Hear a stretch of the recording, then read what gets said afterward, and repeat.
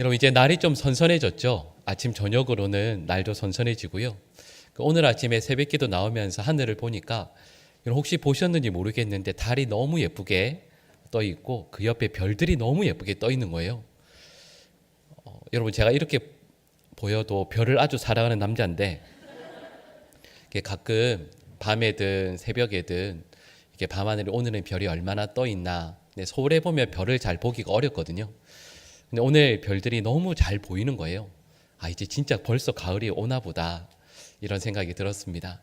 여러분 이제 그 여름, 그 무더웠던 여름이 거의 끝나가고 또 가을을 맞이하게 될 텐데 이런 그 세월 그리고 계절, 시간의 변화들을 맞이하면서 우리에게 주신 시간들을 소중히 여기고 하나님 앞에 충성하는 믿음의 삶을 살아가는 우리 믿음의 백성들 될 수 있기를 간절히 축복합니다.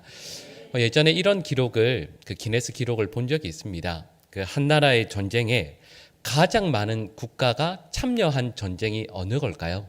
여러분 실제로 이게 그 기네스북 그 기록에 올라와 있는 내용이에요. 한 나라의 전쟁에 가장 많은 나라들이 직간접적으로 참여한 전쟁이 어디인가? 어떤 전쟁인가 하면 우리 한국 전쟁입니다. 6.25예요. 우리나라에서 전쟁이 일어났을 때 그때 직간접적으로 63개국이 이 전쟁에 동참했습니다. 그래서 한국을 지원했어요. 그래서 실제로 이 내용이 기네스북에 올라와 있습니다. 예전에 그 잘 알고 지냈던 권사님 한 분께서 그 미국에 갔다 오셨었는데 이제 그 워싱턴 DC에 가셨다가 거기에서 그 한국 그 참전 용사 기념관에 갔다 오셨대요. 거기 가서 보니까 참전해서 보니까 여러 기록들이 그 묘비에 이렇게 쭉 있는데 그 비에도 있는데 그때 우리 한국 전쟁에 참여했던 미군이 5만 명이 넘게 이 땅에서 전사했다는 기록을 저에게 말씀해 주셨어요.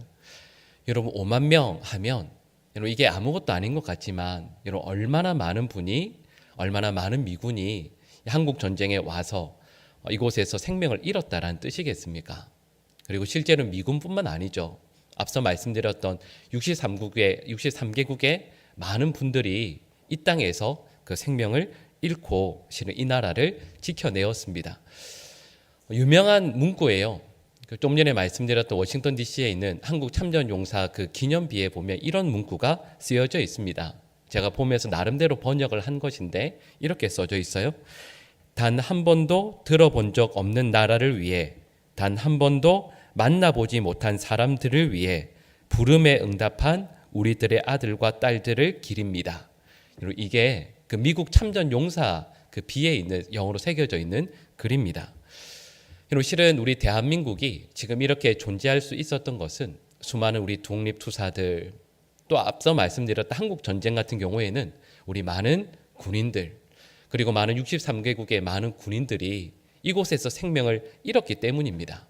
근데 실제로 그분들은 이 한국이라는 대한민국이라는 나라가 있는지도 몰랐을 텐데, 여기 와본 게 처음일 텐데, 그리고 이 땅에서 저희들이 어떻게 살아갈지를 전혀 기대하지도 못했을 텐데, 이곳에서 그 생명을 바쳤기 때문에 누군가의 희생이 더해지고 더해져서 실은 저와 여러분들이 당연한 것을 이곳에서 누리고 있는 거죠.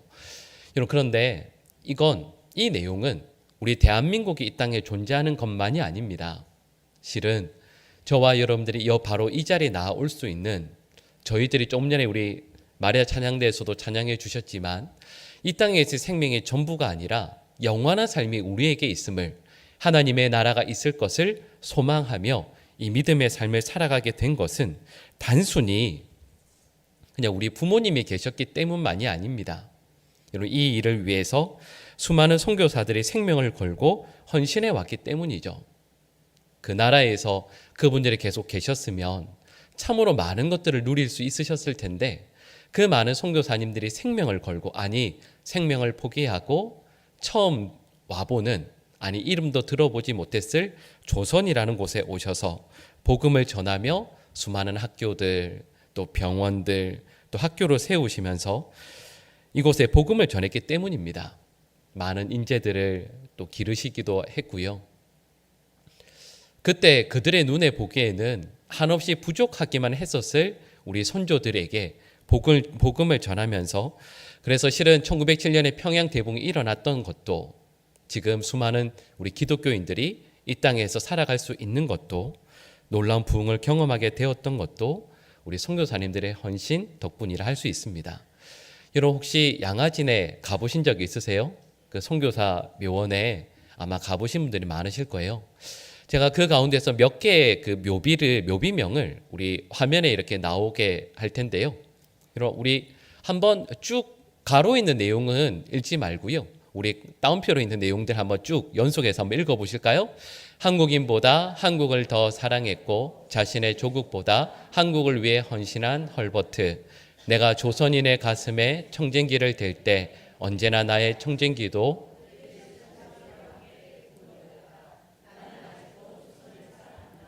만일 내게 천의 생명이 주어진다 해도 그 모두를 한국에 바치리라. 여러분 실은 이 내용들이 그 양화진 그 선교사 묘원에 가면 그 묘비에 쓰여져 있는 글들입니다. 여러분 이렇게 헌신한 수많은 선교사님들의 헌신 또 생명을 다 바친 선교 덕분에 실은 저와 여러분들이 이 자리에 있을 수 있는 것이죠. 여러분 거기 선교사 묘원에 가면 또 마음이 참 아픈 게 있습니다. 그 들어가서 오른쪽 저 한 구석에 보면 선교사 부모를 따라온 어린아이들이나 아니면 조선에서 태어난 선교사님들 자녀들의 묘가 있습니다. 근데 거기에 보면 이름이 새겨지지 않은 묘들이 있어요. 왜냐하면 그 아이들은 이름을 채 짓기 전에 죽었다라는 뜻이에요. 부모님을 따라온 온 죄 때문에 또 그리고 그 부모님에게서 만약에 미국이나 영국이나 호주에 있었으면 그냥 건강하게 잘 자랐을 아이들이 부모님들이 조선에 와서 복음을 전한다는 그 이유 때문에 여기에서 죽게 되었죠. 여러분 저희는 이렇게 오해해요. 앞서도 잠깐 말씀을 드렸지만 저희들은 내가 부모님으로부터 복음을 받았다라고 생각합니다. 저도 실은 2대째 믿게 되었거든요. 물론 그 이후로 저희 예를 들면 할머니나 이렇게 또 믿게 되긴 하셨지만 저희 부모님께서 먼저 믿으셨으니까 제가 2대라고 할 수 있겠죠. 제가 2대째 믿는 사람이라고 했을 때 저는 이렇게 생각하는 거예요. 내가 복음을 받아들이게 된 것은 부모님 덕분이다. 전 이렇게 생각해 왔습니다. 아마 여기 예배 드리시는 많은 분들도 그렇게 생각하시는 분들도 계실 거예요. 복음의 4대째, 5대째라고 하면 우리 할아버지, 고조 할아버지 이런 분들이 믿게 되셔서 내가 복음을 받아들이게 되었다 생각할 수 있지만 실은 그렇지 않습니다. 지금 저와 여러분들이 복음을 받아 믿음의 삶을 살아오게 된 것은 저희에게 복음이 오기까지 수많은 사람들이 피를 뿌렸고 사선을 넘어서 그 복음이 전파되게 된 것인데 복음이 우리에게까지 오기 위해서 많은 이들의 순교와 헌신과 눈물과 기도가 있었기 때문인데 우리가 이걸 잊어버리기 쉬워요. 그리고 저희가 다시 한번 생각을 해보면 우리가 이 복음이 여기까지 2000년이 지난 지금까지 복음이 전파되어져 왔는데 이 복음이 우리 다음 세대로 전파되는데 혹은 우리 곁에 있는 누군가에게 복음이 전파되어져야 하는데 그것을 우리가 가로막고 있는 장애물일 때가 참 많습니다. 그렇게 생각을 하면 너무 마음이 아프고 죄송한 것이죠. 근데 오늘 저희가 이제 로마서 말씀을 앞으로 쭉 살펴보려고 하는데요. 실은 저희가 1장 1절부터 7절까지 말씀을 읽었습니다. 저도 실은 7절까지 말씀을 준비하다가 분량이 1시간이 넘어갈 것 같아서 그래 모두가 너무 슬퍼하실 것 같아서 말씀을 이제 나누어서 전하게 되었는데요. 오늘 1절 말씀을 전할 텐데 여러분 실은 사도 바울은 이 로마서 특별히 서론 부분을 통해서 복음에 붙들린 그리고 복음의 사람인 사도 바울의 자기 존재를 규명하고 있습니다. 우리 오늘 본문 1절 말씀을 우리 같이 한번 읽어보실까요? 예수 그리스도의 종 바울은 사도로 부르심을 받아 하나님의 복음을 위하여 택정함을 입었으니 아멘. 여러분 1장 1절 말씀을 보면 사도 바울은 자기 자신을 세 가지로 말씀하고 있습니다. 그 첫 번째 내용이 뭐냐 하면 여러분 가장 앞부분에 이렇게 되어 있죠. 예수 그리스도의 종 바울은 이렇게 되어 있습니다. 여러분 사도 바울은 자기 자신을 예수 그리스도의 무엇으로 고백하고 있다고요? 종으로 말씀하고 있습니다. 여러분 실은 이렇게 말씀을 드리면 우리는 성경에서 이 내용을 많이 읽으니까 뭐 별거 아니네. 사도 바울은 당연히 예수 그리스도의 종이지 이렇게 할 수 있지만 여러분 실은 이 내용은 사도 바울에게 그리고 이 말씀을 읽는 이들에게 충격적인 표현이라 할 수 있습니다. 왜냐하면 사도 바울은 지금 로마 교회 성도들을 한 번도 만난 적이 없거든요. 이 로마 교회는 사도 바울이 세운 교회가 아닙니다. 사도 바울은 이 로마서를 쓰면서 그들에게 자기 자신을 소개하고 있는 거예요. 근데 나는 이런 사람입니다 라고 소개하는 가장 첫 번째 표현을 사도 바울은 무엇이라고 말씀하고 있냐면 종, 헬라어로는 둘로스라고 이야기하고요. 좀 더 정확한 표현으로 하자면 노예라는 뜻입니다. 노예라는 표현은 실은 사도 바울에게 어쩌면 경험해 보지 못했을 내용이기도 하고요. 그 당시에 헬라 시대에는 부끄러운 표현이기도 했습니다. 실은 사도 바울은 자기 자신을 소개할 수 있는 좋은 타이틀들이 너무 많죠. 누구의 제자였죠? 가말리엘의 제자입니다. 그 당시로 말하면 지금으로 말하면 최고 학부 출신이라는 뜻입니다. 그리고 바리새인 중에 바리새인이라는 평을 받았던 사람이 사도 바울입니다. 그리고 사도 바울은 로마 시민권자였죠. 특권층이라는 뜻입니다. 그러니까 사도 바울이 자기 자신을 소개할 수 있는 표현들이 너무 많아요. 좋은 소개들, 멋진 표현들이 너무 많은데 사도 바울은 자기 자신을 예수 그리스도의 종 그리고 노예라고 소개하고 있습니다. 여러분 왜 그럴까요? 여러분 사도 바울이 자기 자신을 예수 그리스도의 노예 혹은 종으로 표현하는 데는 이유가 있습니다. 여러분 이걸 구약으로 연결을 해보면 이렇게 말씀드릴 수 있어요. 여러분 구약시대 특별히 모세오경 가운데서 가장 중요한 부분이 어디냐면 십계명 부분입니다. 여러분 그래서 십계명이 출애굽기 몇 장에 나오냐면 출애굽기 20장에 나와요. 출애굽기 20장에 나오고 나서 그 출애굽기 20장 그 십계명 부분이 나오고 나서 그 다음에 어떤 내용이 나오냐면 여호와께 쌓는 제단에 대한 내용이 바로 나옵니다. 근데 그 다음에 출애굽기 21장 내용은 앞서 말씀드린 이 십계명에 대한 구체적인 시행 규칙을 설명하고 있습니다. 그게 뒤로 이렇게 쭉 이어져요. 근데 출애굽기 21장부터 율법의 구체적인 시행 세칙, 그러니까 법규라고 표현해서는 되어 있는데 그 중에서 가장 첫 번째 되는 그 율법의 그 법규를 무슨 내용으로 말하고 있는가 하면 참으로 묘하게도요. 이 내용을 말씀하고 있습니다. 우리 출애굽기 21장 1절에서 2절 말씀 화면에 나오는데요. 같이 한번 읽어보실까요? 내가 백성 앞에 세울 법규는 이러하니라.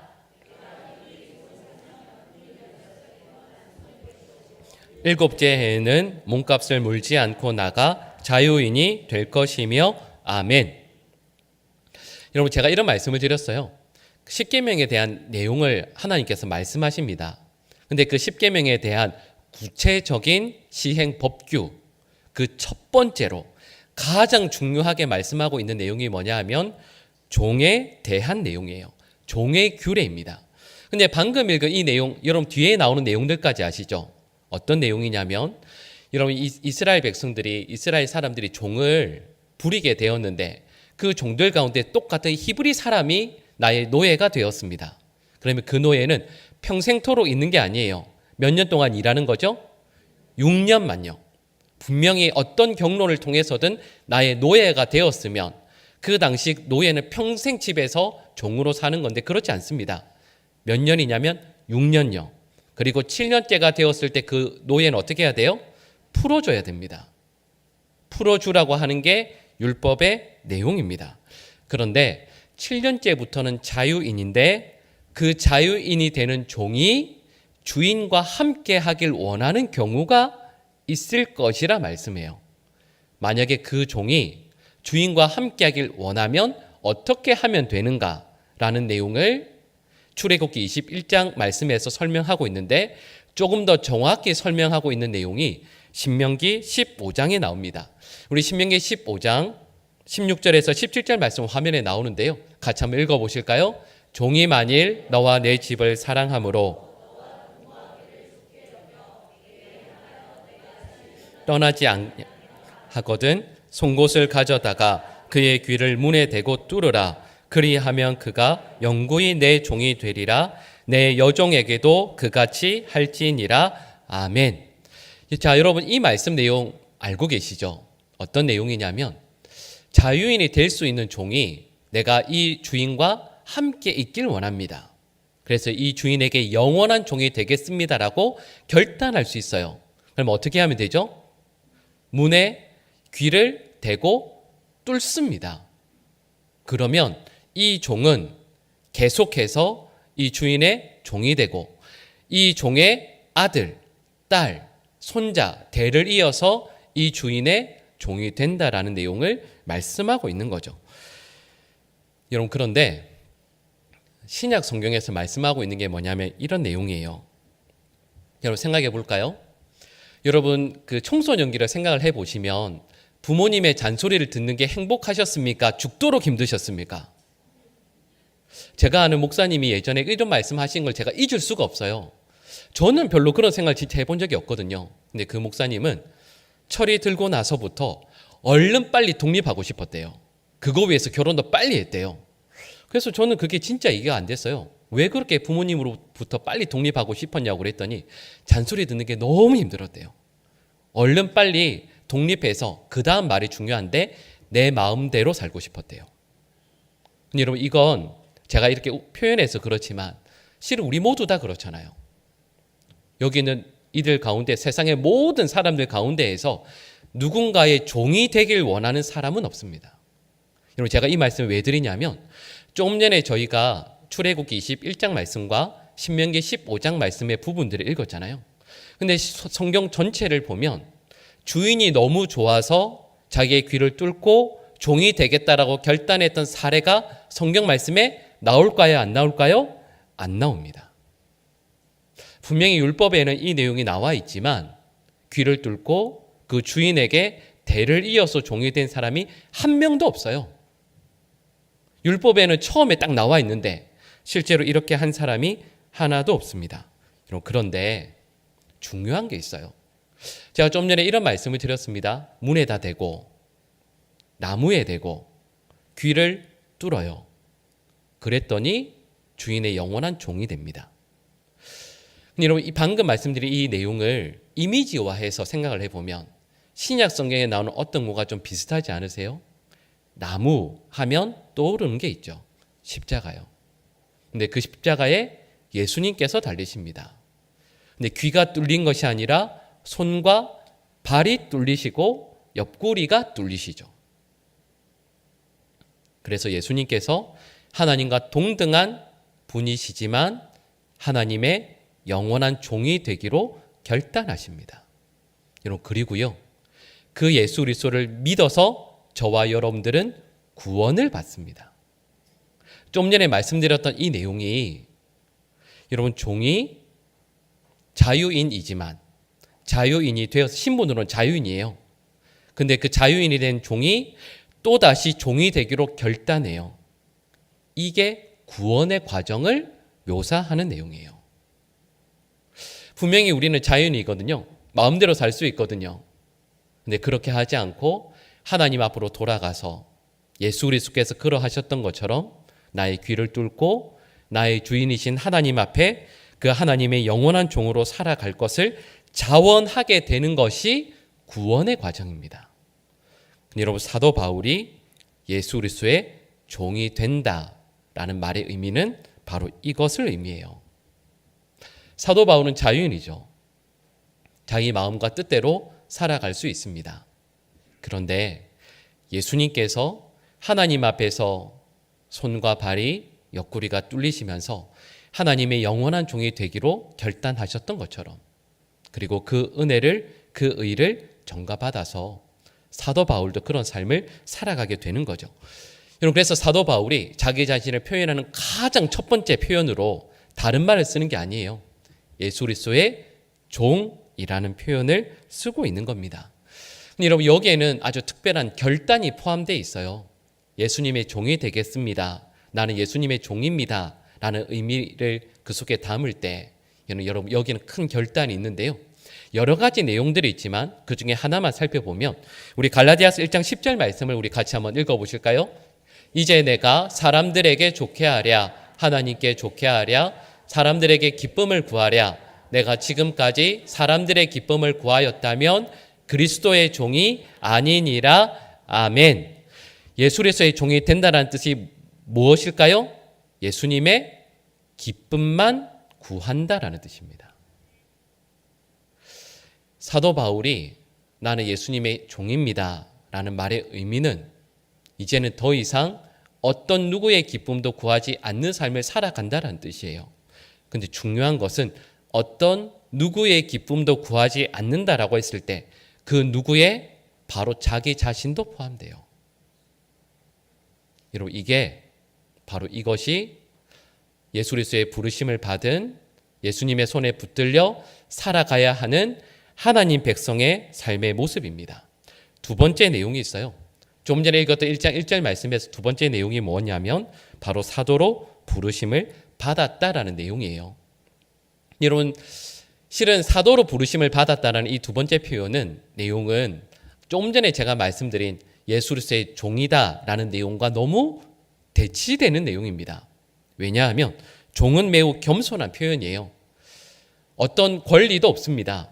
그리고 아주 하찮은 존재라는 뜻이 그 속에 포함되어져 있죠. 근데 여러분, 사도는 권위가 있어요, 없어요? 권위가 있죠. 아주 대단한 권위를 가진 사람입니다. 예수 그리스도로부터 직접 임명을 받은 존재이기 때문에 교회에서 공식적인 특권과 존엄성을 가진 사람이라 말할 수 있습니다. 그런데 사도 바울이 좀 전에 말씀드렸던 거 제가 방금도 붙였지만 사도라는 말을 썼잖아요. 바울은 자기 자신이 사도로 부르심을 받았다라고 표현합니다. 그러면 사도 바울은 특권이 있다라는 뜻이겠습니까? 여러분, 왜 요즘에 혹시 그런 말씀 들어보셨어요? 신사도 운동이라는 말 들어보셨어요? 괜히 말씀을 드렸군요.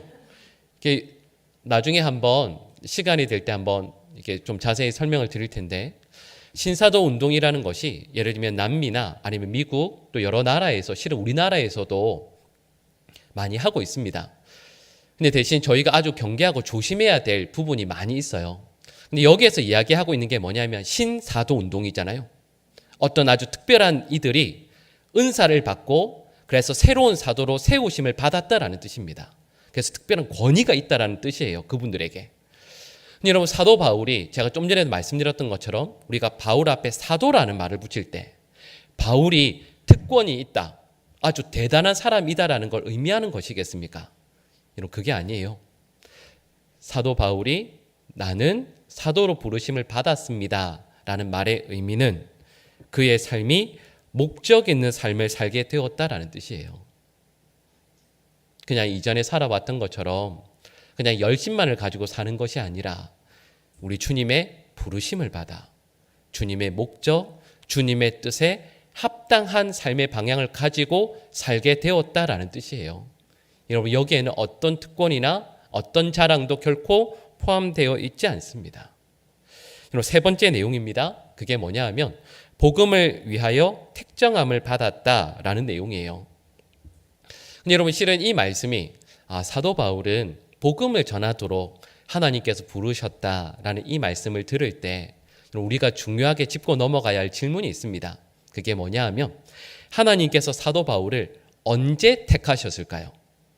사도 바울을 하나님께서 복음을 전할 수 있도록 언제 딱 정하셔서 부르셨을까요? 시기가 언제일까요?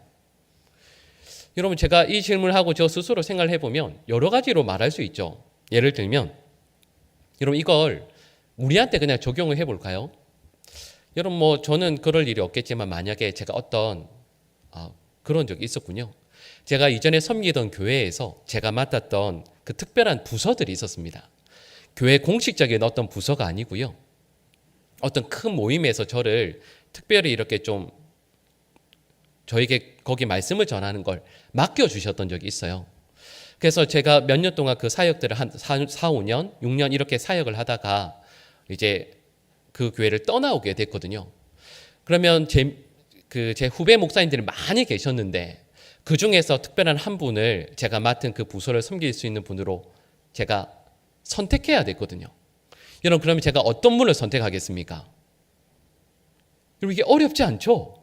설교를 못하는 분보다는 잘하는 분일 거고, 성품이 좋은 분일 거고, 성도들에게 사랑받는 분을, 그 목사님들 20몇 분들 있는 가운데에서 제가 당연히 연락을 해서 모시지 않겠어요? 당연하죠. 이런 의미, 무슨 의미인지 아실 거예요. 만약에 누군가를 선택해서 어떤 일을 맡긴다라고 하면 그 사람이 잘하고 있을 때, 탁월하게 하고 있을 때, 사람들에게 인정받을 때 아니겠습니까?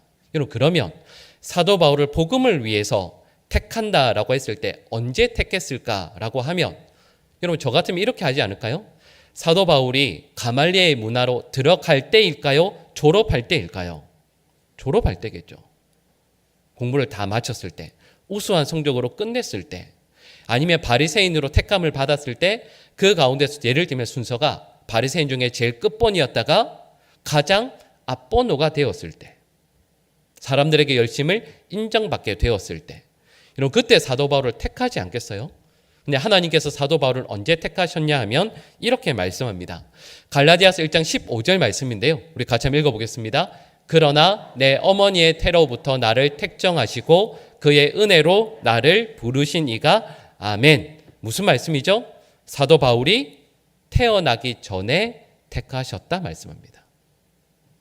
여러분, 이 말씀의 의미는 사도 바울이 탁월하기 때문에, 최고 점수를 받았기 때문에, 잘 감당할 만한 능력을 갖추었기 때문에 사도 바울을 택한 것이 아니라, 사도 바울이 어떤 자격, 조건도 갖추어지지 않았을 때 그를 택하셔서 부르셨다라는 뜻이에요. 그리고 실은 여기에는 이런 의미도 담겨져 있습니다. 여러분, 사도 바울이 이 내용을 고백할 때를 생각해 보세요. 하나님께서 사도 바울을 언제 택하셨다고요? 태어나기 전부터. 그런데 사도 바울이 다메섹 도상에서 예수님을 만나기 이전까지 어떻게 살았습니까? 그리스도인들을 핍박하고 죽이며 살았거든요.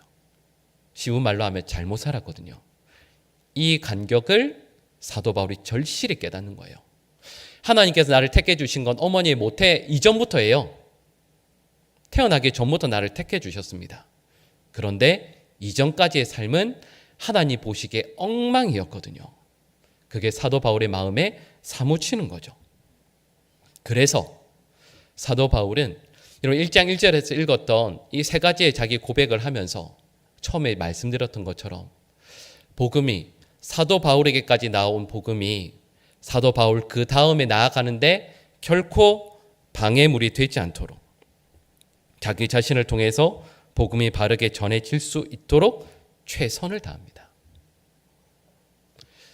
여러분, 사도 바울이 복음을 전하고 또 복음이 전해지는데 탁월하게 쓰임 받았던 이유는 자기에게서 어떤 이유나 근거도 찾지 않고 하나님 앞에서 바르게 살고자 늘 애썼기 때문입니다. 여러분, 사도 바울은 스스로를 이렇게 고백해요. 자기가 존재하는 것은 복음이 증거되고 나의 주인이신 예수 그리스도를 온전히 전하기 위해서 예수님의 종이요 택정함을 받은 사도로 그렇게 바로 서고자 했습니다. 여러분, 이게 오늘 본문 말씀에 나오는 한 문장이에요. 사도 바울은 스스로를 이렇게 고백합니다. 근데 여러분, 자, 이 다음에, 그 다음에 우리에게로 이 내용을 적용해야 돼요. 여러분, 저희가 로마서 1장 1절 말씀을 이렇게 공부를 하고 나서 혹은 정리를 하고 나서 여러분, 그 다음에 여러분들은 하나님 앞에서 나를 어떤 존재로 정리하시겠습니까? 사도 바울은 자기 자신을 내세울 수 있는 그 많은 것들이 있음에도 불구하고 가장 먼저는 예수님의 종이라고 써요. 그리고 나 자신의 기쁨을 위해서 결코 살지 않을 것을 씁니다. 그렇게 이야기해요. 사도로 부르심을 받았는데 그 어떤 특권도 내세우지 않고 내 삶의 분명한 방향을 정하고 부르심을 받아서 쓰임받노라 고백합니다. 근데 여러분들은 어떠세요? 나중에 백지를 꺼내셔서 여러분 거기에 나의 존재를 어떤 존재라고 써보신다라고 한다면 어떻게 쓰시겠어요? 누구의 아빠, 누구의 엄마, 아니 누구의 아들, 그런 거 말고요. 그리고 제가 좀 전에 말씀드렸던 사도 바울이 세 가지로 이렇게 하잖아요. 근데 공통점이 있습니다. 이 세 가지의 공통점이 뭐냐 하면 이 근거는 사도 바울에게 있지 않아요. 모두 세 가지 다 누구에게서 그 근거를 찾고 있냐면 하나님과 다 연결이 돼요.